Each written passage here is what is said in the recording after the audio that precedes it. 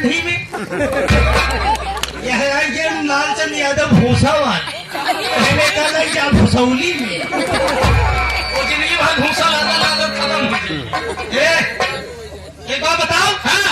हमसी तोसी लड़ाई झगड़ा बा नहीं बा, हमसी तोसी बात विवाद बा नहीं बा, हमार तोर कभौ अटकी रही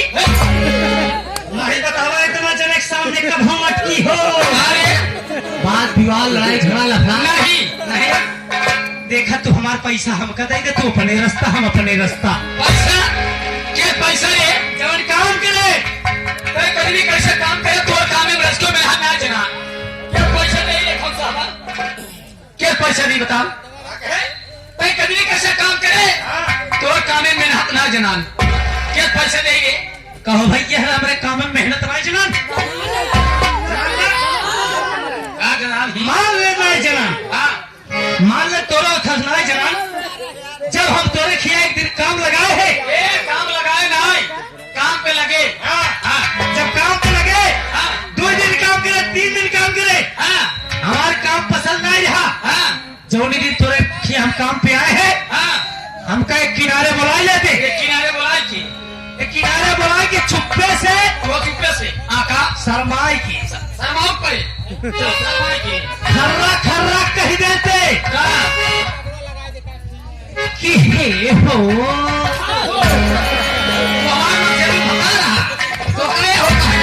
कि हे हो देखा तू कैसे करा थी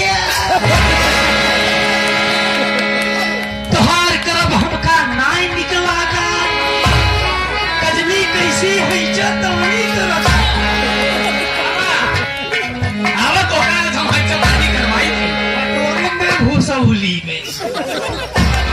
आज हमारा लालचंद यादव भूसा वाली 11 रुपये देहन कहल लई जा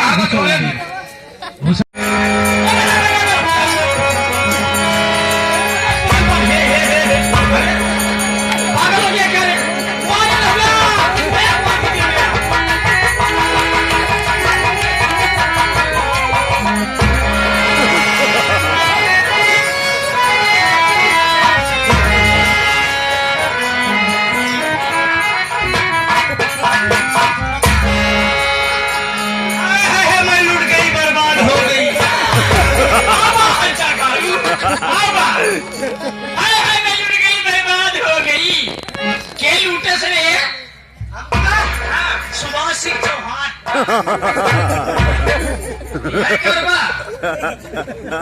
शादी बियाह हो गया, लड़के बच्चे हो गए, इहो करता बुढ़ाई जाए लूटता ऐसे लूटे नहीं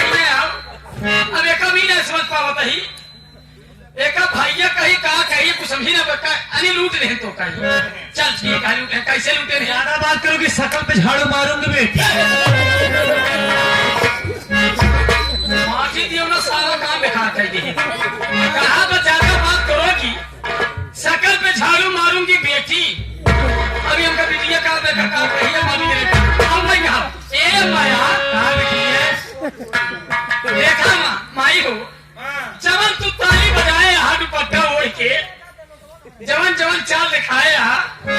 एक दिन हम चल के चाल सिखा तू बराबर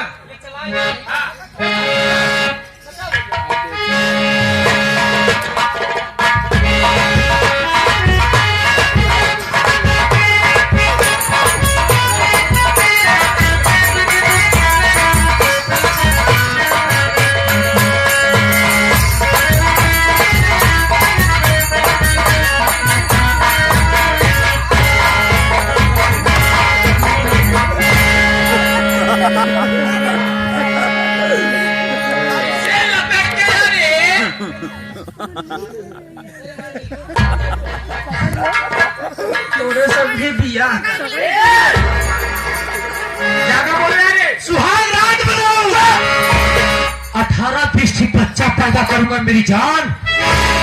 वो भी भोजपुरी मॉडल चाइना 18-20 का करबे 18-20 12 ठंडी इंडिया